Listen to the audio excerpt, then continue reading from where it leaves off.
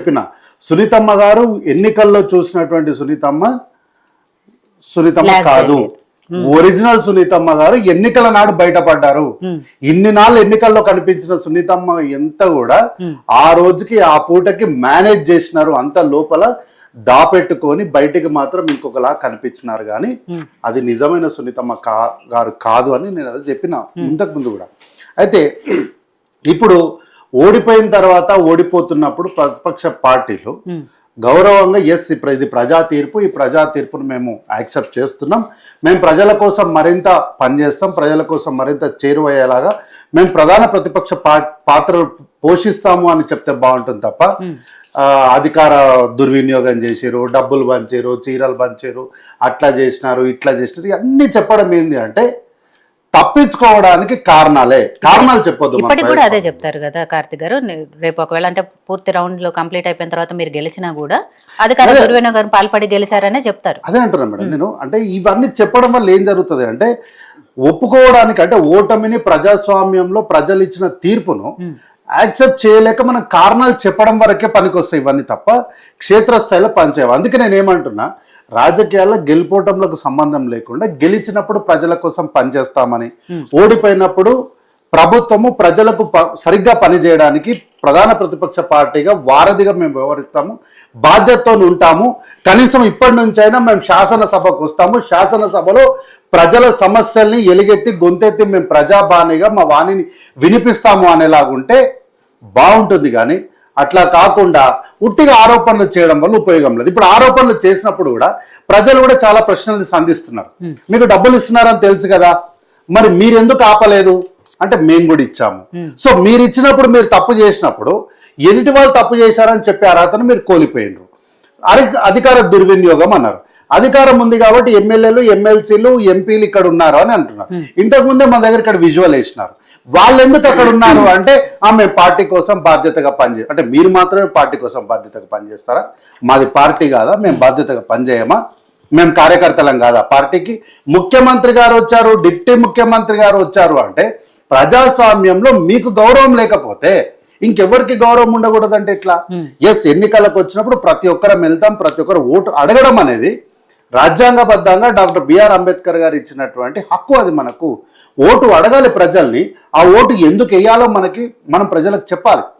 మంత్రులు నేరుగా వీధుల్లోకి, ఆ గల్లీల్లోకి, బస్తీల్లోకి పోయినప్పుడు ఎన్ని ప్రశ్నలు ప్రజలు అడగలేదు.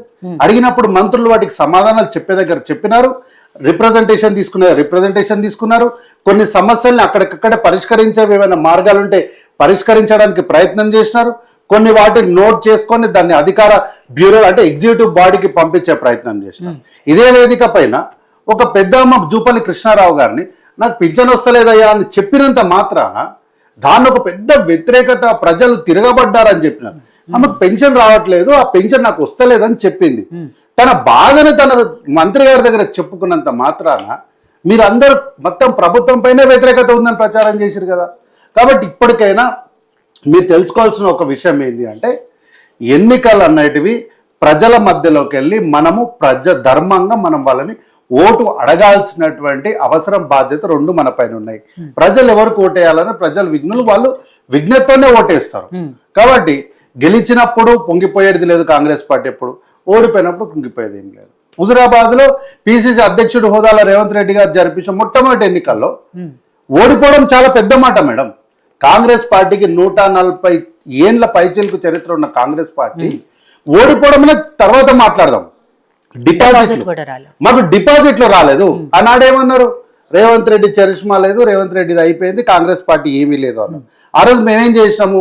మీలాగా మేము అధికార దుర్వినియోగం లాంటి వ్యాఖ్యలు చేయలేదు.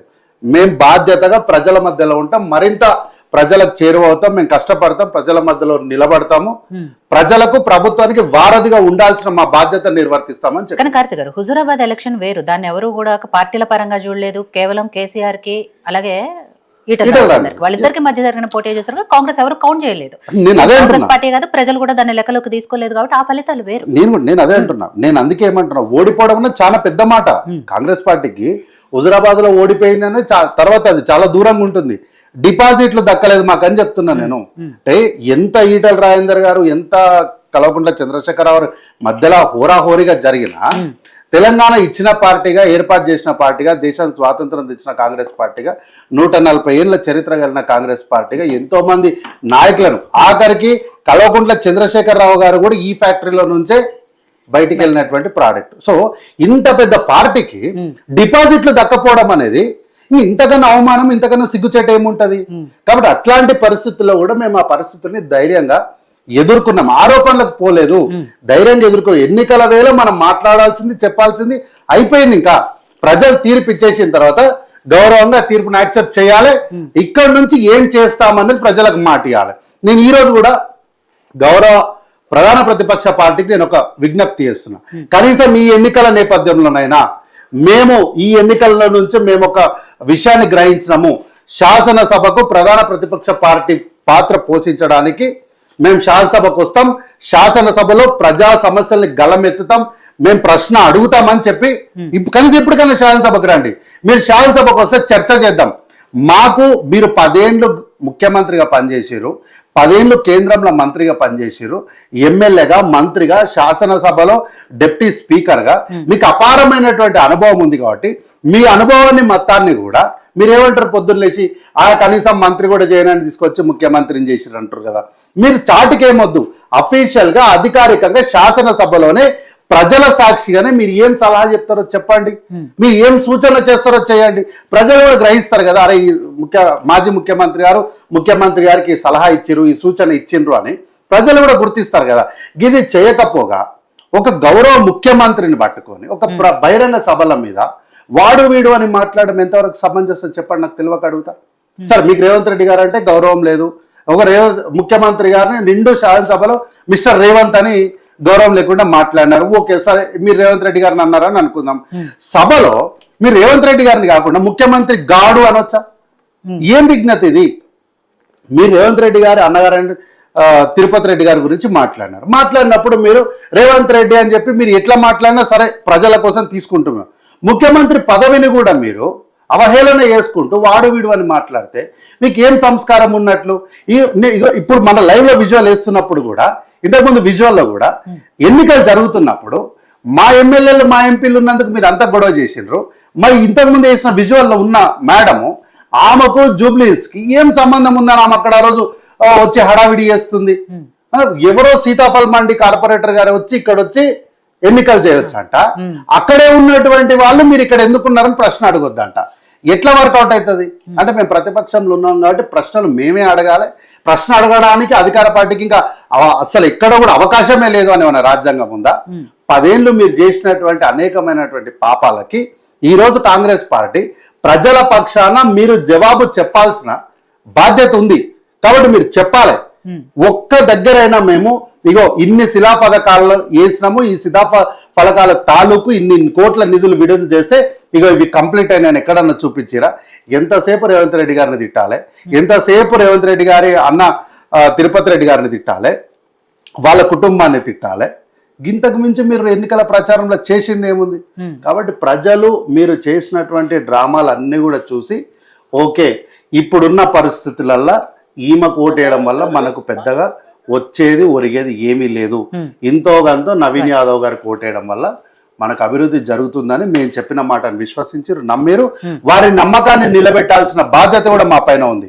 కాబట్టి కేవలం ఎన్నికలు గెలవడం వరకు మాత్రమే మా బాధ్యత కాదు. ఇన్ఛార్జీలుగా వచ్చినటువంటి వాళ్ళకి వేదిక పైన కాంగ్రెస్ పార్టీ వాదాన్ని వినిపించిన మాపై కూడా జూబ్లీహిల్స్ యొక్క అభివృద్ధిలో పాటుపడాల్సిన బాధ్యత మా పైన ఉంది. కాబట్టి మా శక్తి వంచన లేకుండా పూర్తి స్థాయిలో ఎంతవరకు మేము కృషి చేయగలం అంతవరకు కృషి చేస్తాం. నవీన్ యాదవ్ గారికి అండగా నిలబడి ఈ ప్రాంత అభివృద్ధికి మా పాత్ర కూడా మేము పోషిస్తాం. రైట్. సో గౌతమ్ ప్రసాద్ గారు, ఇప్పటివరకు వచ్చిన రిజల్ట్ ఏదైతే సంఖ్యలు వచ్చాయో అవి చూసిన తర్వాత బీఆర్ఎస్ పార్టీలో ఎలాంటి చర్చ జరుగుతోంది, ఇంకా బీఆర్ఎస్ పార్టీ గెలుపు పట్ల ఎలాంటి నమ్మకంతో ఉంది? ఎందుకంటే 5వ రౌండ్ కౌంటింగ్ జరుగుతోంది. 5 రౌండ్ల వరకు చూసినట్టయితే ప్రతి రౌండ్లో